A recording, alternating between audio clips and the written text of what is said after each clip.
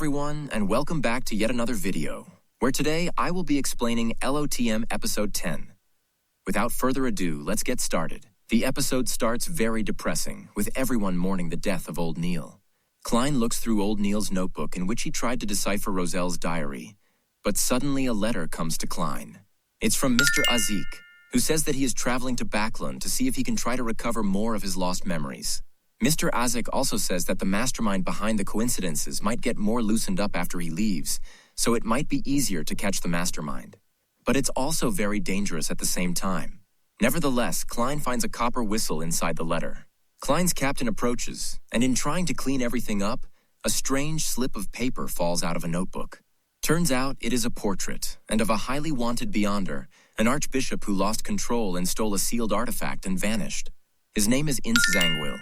The sealed artifact that he stole is 08, which has the appearance of a quill pen.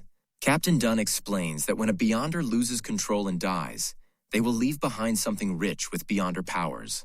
If they can't be controlled, they can be sealed and become sealed artifacts that have powers and side effects corresponding to that pathway and sequence. Some tarot cards arrive for Klein, which he can use as weapons.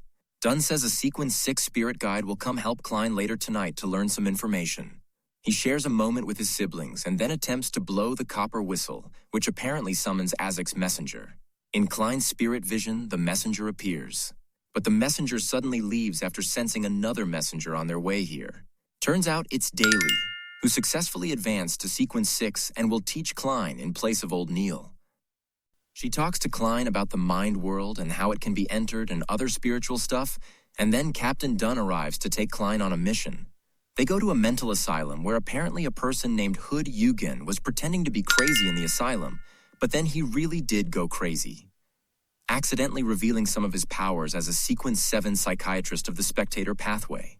Hood Eugen says a mysterious person named L promised him cake and then starts attacking Klein, but Dunn manages to hold him down with nightmare string powers. Hood Eugen was easily chained down since Spectator Pathway has one of the most, if not the least, combat power at low sequences.